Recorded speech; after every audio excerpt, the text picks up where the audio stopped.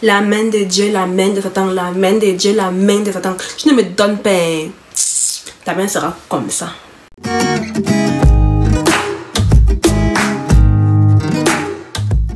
Allô la famille! Vous l'avez peut-être deviné, ou peut-être pas, si vous n'avez pas grandi au Cameroun, vous n'avez pas fréquenté d'école primaire dans les années 90.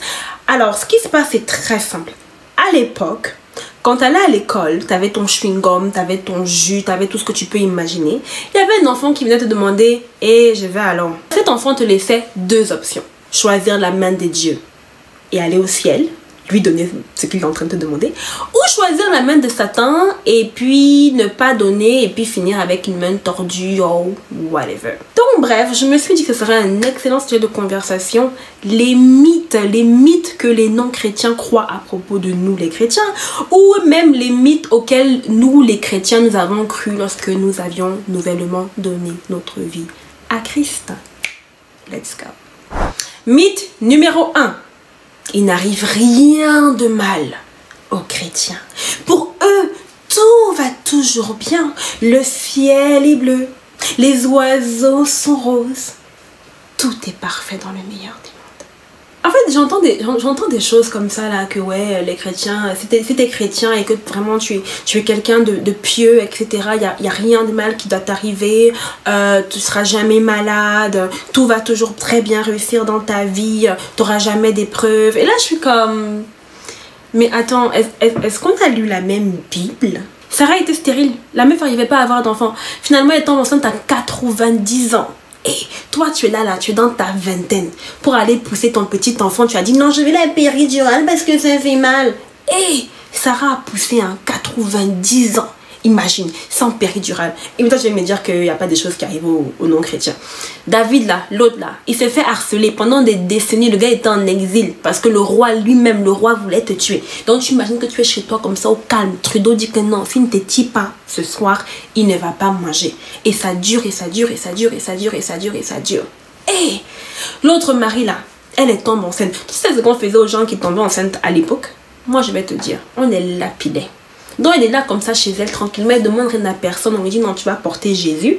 Alors qu'on sait que porter Jésus là, ça veut dire qu'on va te voir marcher, toi tu es fiancé, tu n'es pas marié, tu as le ventre qui sort. Je vous dis dans la vidéo précédente, allez checker la vidéo précédente, que dans mon église on te faisait asseoir sur le banc. Et à l'époque d'Israël, BC là, before Christ, on ne te mettait pas sur le banc, hein. C'est les pierres qu'on te lançait jusqu'à ce que tu meurs. Toi, tu me dis que les gens, non, ils n'auront pas de problème, ils n'auront pas de problème. Il me semble que Pierre a été crucifié à l'envers et que Paul a été décapité. Est-ce qu'on va même mentionner Jean qui a été jeté dans de l'huile bouillante? Est-ce qu'on en parle? C'est vraiment juste ça ma question. Est-ce qu'on en parle?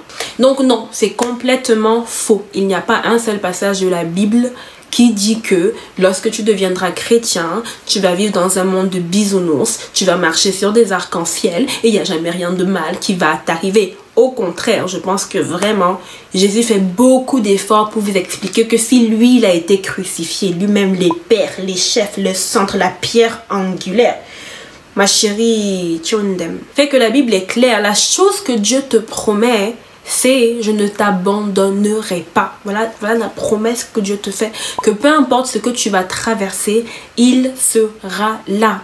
La deuxième promesse même qu'il te fait, c'est que tu vas traverser quelque chose. Ok, quand David dit quand je marche dans la vallée de l'ombre de la mort, il n'a pas dit quand je marche dans mon palais, je ne crains aucun mal.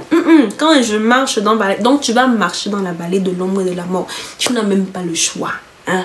La Bible est claire, quand Jésus faisait ces paraboles-là, il disait que quand tu as bâti sur le roc, le vent vient, la tempête vient, tu restes solide. Il n'a pas dit que lorsque tu as bâti sur le roc, le vent et la tempête sont tout autour de ta maison et sur ta maison, il ne pleut pas. Ok? Donc arrête de penser que quand tu vas devenir chrétien, ou alors les chrétiens que tu vois dans la rue, ils n'ont aucun problème, ils n'ont pas d'épreuves, parce que, je sais pas moi, Dieu absorbe toutes leurs épreuves. I don't know. Cette histoire d'épreuve, ça va dans tout le sens de, il n'y a rien de mal qui m'arrive parce que je suis chrétien, je veux dire, parce que je suis chrétien, je peux pas perdre mon enfant, ou je peux pas avoir de cancer. Tout ça, ça rentre dans le mythe numéro 1. Le mythe aussi de Dieu va régler tous mes problèmes avant que je n'ai même le temps de faire ma prière. Dieu aura déjà tout solutionné et puis ça... Mythe numéro 2. les prêtres, les pasteurs ou les missionnaires sont plus chrétiens et sont plus saints que nous. Nous là, c'est les communs des mortels qui partons à l'église pour s'asseoir et non pas pour avoir le micro. En fait, je ne comprends pas pourquoi est-ce que des fois on traite les prêtres, les pasteurs ou alors les chantres les plus populaires comme s'ils étaient différents de nous, comme si vraiment, eux là, ils ne connaissent pas c'est quoi la tentation, ils ne savent pas c'est quoi vouloir des choses qu'ils ne sont pas supposés vouloir, ils ne savent pas c'est quoi le péché, non, ils sont déconnectés du monde. Ma soeur, si Satan a tenté Jésus là, c'est pas ton pasteur qui va laisser passer, tu as compris, non? Donc ton pasteur n'est pas mieux que toi. Oui, il est la tête de ton église. Donc pour cette raison, la Bible est claire. Le diable va d'abord le viser lui, parce qu'il sait justement que si lui il tombe, il y aura un petit effet domino de tous ceux qui regardaient dans sa direction et qui l'admiraient. Mais le pasteur n'est pas... Il peut être plus spirituel que toi parce qu'il prie plus que toi. Et parce qu'il a développé plus sa relation avec Dieu que toi. Mais le pasteur n'est pas plus saint que toi. Le pasteur n'est pas supposé être plus chrétien que toi. Le pasteur n'est pas supposé être immunisé à X, Y ou Z. Des fois, j'ai des conversations avec des amis. Quand tu imagines que le prêtre a fait ça ou que le pasteur a fait X, Y, Z. Et moi, je suis comme... Mais tu fais la même chose chaque soir. Donc, qui te dit que sous prétexte que toi, tu continues de vivre dans ton péché malgré que tu dis que tu es chrétienne? Pourquoi le pasteur qui se place devant toi devrait être différent de toi? Dieu vous établit sur le même standard. Bon, il en redemandera plus au pasteur parce que le pasteur, ben, c'est un berger qui doit répondre de ses brebis. Mais il faut sortir du mythe que le pasteur forcément doit être plus élevé que toi ou plus si que toi. Parce que je pense que c'est aussi une excuse. Hein. C'est une excuse pour pas aller aussi loin que tu peux aller spirituellement par là. Mythe numéro 3, et ça c'est probablement l'un des pires pour moi là, c'est que les chrétiens ne savent pas s'amuser. Les chrétiens, être chrétien en fait c'est juste suivre une vie de règles. Et je peux comprendre parce que si tu as regardé ma vidéo précédente, c'est que tu as probablement grandi dans un espace ou un environnement où tu étais juste on te demandait juste de performer, on te demandait juste de faire un certain nombre de choses et si tu les faisais, bravo, on applaudissait pour toi et on te disait que Dieu est content de toi and that's it, ok? Mais la vie chrétienne, ce n'est pas une liste de règles à suivre. Ok, c'est pas genre tu rentres dans un club, dès que tu deviens chrétien, on te donne ta carte et ta liste de pas le droit de fumer, pas le droit de boire, pas le droit de manger, pas le droit de se réveiller, pas le droit de regarder le ciel dans les yeux. C'est pas une secte, tu comprends? C'est pas une secte, tu peux très bien être chrétien et avoir du fun, ok? Moi en tout cas là, j'ai du fun. Quand je me retrouve avec mes amis là, on n'est pas toujours en train de faire des études bibliques, non. On chill, on cause, on joue, on s'amuse, on délire, on danse. Gars, on enjoy. On enjoy notre vie sur terre comme n'importe qui d'autre. Il y a des plaisirs qui... En fait, on recherche toujours de plaisir dans nos enjoy parce que c'est aussi un mythe du genre, non, les chrétiens n'aiment pas avoir du plaisir. Ils veulent juste faire, je sais pas moi, lire leur Bible. La Bible aussi nous procure du plaisir. Hein. Donc, il y a des choses qu'on fait vraiment juste pour avoir du fun, ok? On n'est pas déstressé de la life, ok? On met des bijoux dans nos cheveux, ok? On fait nos sourcils, ok? On a le droit de mettre du fond de teint, ok? On va aux fêtes, on s'amuse, on décore chez nous, tiens? On n'est pas devenu des... je sais pas moi, des personnes maussades, des tristes, qui n'ont plus aucun goût de la vie, autour desquelles les gens ne veulent même pas être. Non, je suis désolée parce que justement en tant que chrétien, c'est le moment d'avoir le plus de vie qui soit parce que tu viens littéralement d'accéder au pain de vie qui est Dieu. Là, il a dit qu'il est la source intarissable, que si tu le bois là, tu n'auras plus jamais soif. Donc, tu es supposé même être the life of the party. Ok, c'est pas une liste de règles et je tiens vraiment à insister sur ce point là parce que je pensais aussi que c'était une liste de règles à cause de la façon dont l'évangile m'a été présenté. Mais quand j'ai commencé à avoir une relation avec Dieu, là je me suis rendu compte que en fait le goût de faire les choses que je faisais avant, comme j'ai déjà mentionné, n'existait plus. J'avais pas envie de faire les autres choses. Et j'avais du plaisir dans ma lecture de la parole. J'avais du plaisir dans ce que j'étais en train de regarder sur EMC TV. C'est ça en fait qui me réjouissait. Et ça ne m'empêchait pas d'avoir du fun dans ce cadre-là en fait. Et je veux particulièrement donner un big up aux jeunes adultes de mon église, Gospel Connection, parce que c'est vraiment avec ces jeunes adultes là que j'ai vraiment pu découvrir le fun que c'est que d'être avec des chrétiens de ton âge. Parce que dans mon église au Cameroun, c'était vraiment qu'est-ce qu'on va faire, qu'est-ce qu'on va se dire, on va juste parler de Dieu parce que on est en train de checker, on est en train de se juger parce que l'autre va dire à sa mère est la secrétaire de la trésorière, donc le conseil d'administration va savoir, on va aller s'asseoir sur les bancs. Mais avec Gospel Connection, avec JC Family là, mais on a des délires. On fait des soirées Noël pendant lesquelles on va faire des soirées costumées, déguisées, on va faire des concours, on va organiser des récoltes où on va laver des voitures, ça sera le fun, on va vendre des hot dogs, on va passer du temps ensemble, on va faire des chalets juste pour chiller, faire des glissades, on s'amuse, ok? Donc les chrétiens sont pas juste des personnes qui sont là, alléluia, amen. Oh non, j'ai failli regarder une série sur Netflix qui n'était pas la Bible. C'est pas qui on est, ok. Mythe numéro 4, et ça sera mon dernier pour aujourd'hui. Je sais que je ne les ai pas tous parcourus. Donc si vous en avez d'autres, laissez-les moi en commentaire. S'il y en a assez, je ferai une vidéo dessus. Le mythe numéro 4, c'est les chrétiens vont toujours bien. Spirituellement parlant, ils sont toujours connectés à Dieu, ils se sentent toujours proches de Dieu. Les amis là, c'est pas vrai, ok? Et il y a aussi notre connexion en fait de ce mythe là qui est que quand tu deviens chrétien, subitement tu n'es plus tenté, subitement les choses du monde ne t'attirent plus. Ce n'est pas vrai.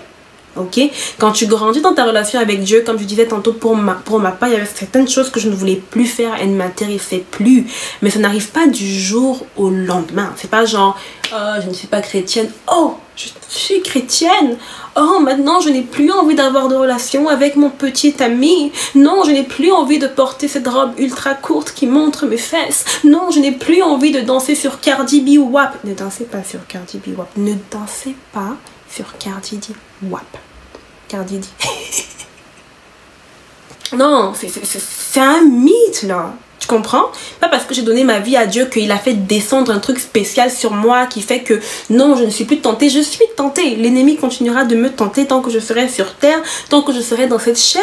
Il continuera de me présenter des choses qu'il pense que je veux et que je veux probablement ou qu'une partie de moi veut. C'est un combat.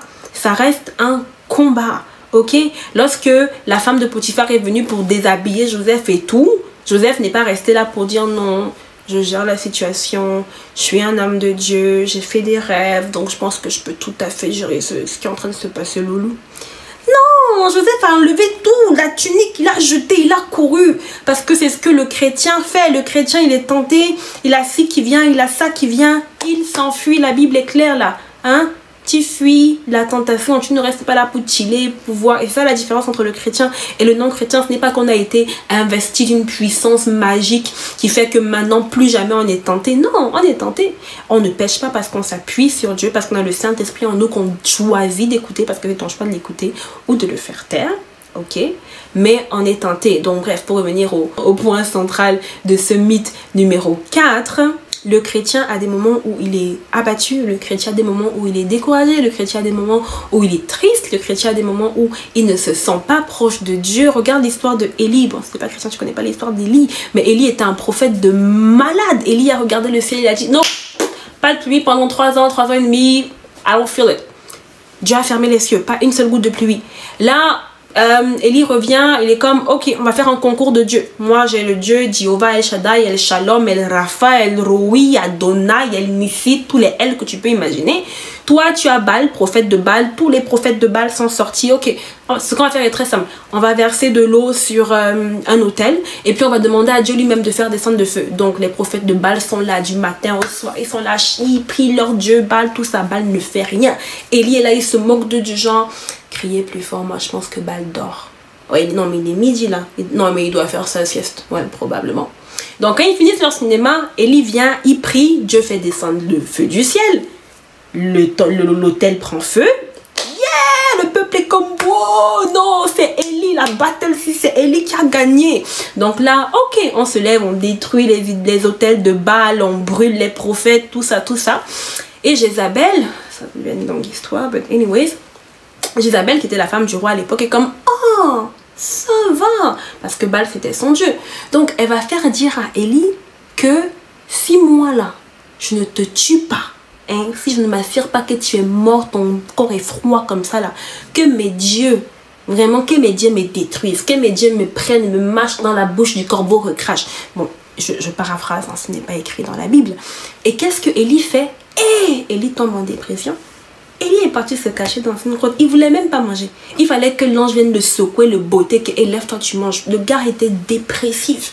Donc pour te dire que tu peux sortir de la plus grande victoire de ta life, faire des trucs de malade, spirituellement parlant, et quand même à un moment donné, le découragement, le désespoir, la dépression, quelque chose te frappe, et t'es comme ok. Là, je me sens plus proche de Dieu. Faut que je revienne dans le ring, là, tu sais. Fait que non, c'est pas parce que t'es chrétien que je te sens toujours au top, spirituellement parlant, ou que t'es toujours proche de Dieu. Non, les chrétiens ne sont pas des super héros. À la limite, là, on est des super zéros et Dieu a fait de nous des super vainqueurs. And that's it. Fait que c'était tout sur ma vidéo sur les mythes que les gens peuvent souvent croire. Je sais qu'il y en a pas mal d'autres, comme je l'ai dit tantôt. Laissez-les moi en commentaire. Dites-moi si vous avez cru ou que vous croyez à un de ces mythes actuellement. Comme ça, peut-être qu'on va approfondir la chose. Suivez-moi sur mon Instagram, Samantha-Tom. Évidemment, abonnez-vous, partagez la vidéo, likez la vidéo. Et jusqu'à la prochaine vidéo. J'aime beaucoup dire le mot vidéo. Prenez soin de vous. Et veillez sur votre cœur.